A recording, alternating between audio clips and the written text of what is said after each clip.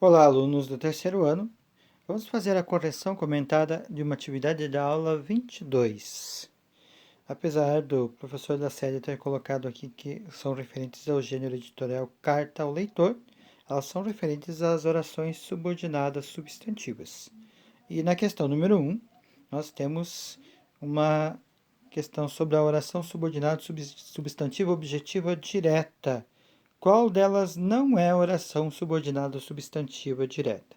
Se você assistiu às aulas e você foi pesquisar sobre o assunto, você sabe que o período composto por subordinação é um período onde nós temos dois verbos, caso contrário, ele não seria composto.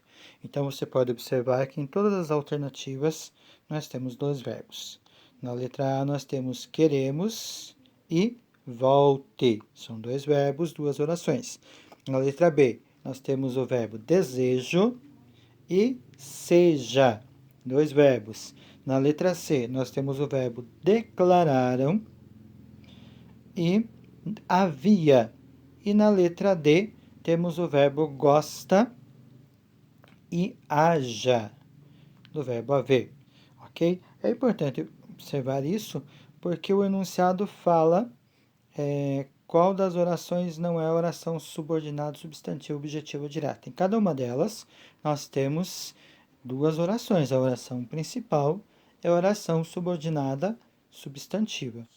Na letra A, nós temos então o verbo queremos e ele é completado sem a preposição.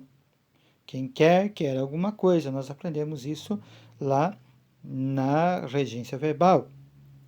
Então, aqui nós temos um verbo transitivo direto que é completado por uma oração que faz a função do objeto direto. Portanto, aqui nós temos uma oração subordinada substantiva objetiva direta. Na letra B, desejo que você seja imensamente feliz. Quem deseja, deseja alguma coisa. Repare que nós temos aqui a mesma estrutura da letra A. Logo depois do verbo, nós temos um complemento acompanhado da conjunção integrante que. Outra característica comum a estas duas orações é o sujeito que está na primeira oração na maneira de sujeito implícito, sujeito oculto. Porque se ele não estivesse aqui e estivesse na segunda, nós teríamos uma oração subordinada substantiva subjetiva. Na letra C, nós temos lá todos declararam, o sujeito todos e o verbo declararam, e mais uma vez a segunda oração começa com a conjunção integrante que.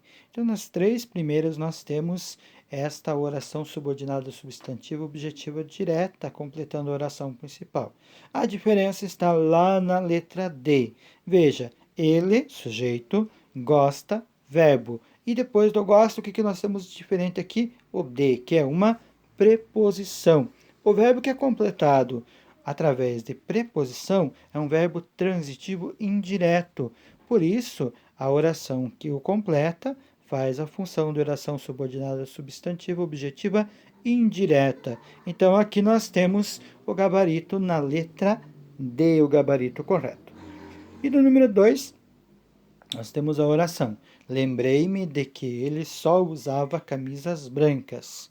A oração em destaque é substantiva. Bom, primeiro que o meu colega não fez o destaque da oração. Para você se localizar, então, lembre-se que nós temos um período composto com duas orações.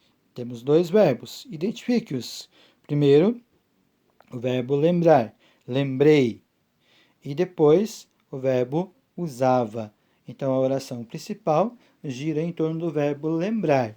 E a fronteira entre as duas orações é justamente a conjunção integrante que. Veja que ela aparece sempre, já apareceu no exercício anterior. Então, a oração em destaque é substantiva. Repare que logo depois do verbo lembrar, nós temos a preposição de, o que nos leva à resposta de oração substantiva objetiva indireta, porque nós temos um verbo transitivo indireto. Quem lembra, lembra de alguém ou de alguma coisa. Por isso aqui a letra B, oração subordinada substantiva objetiva indireta. Ok, pessoal? Muito obrigado pela atenção e até a próxima aula.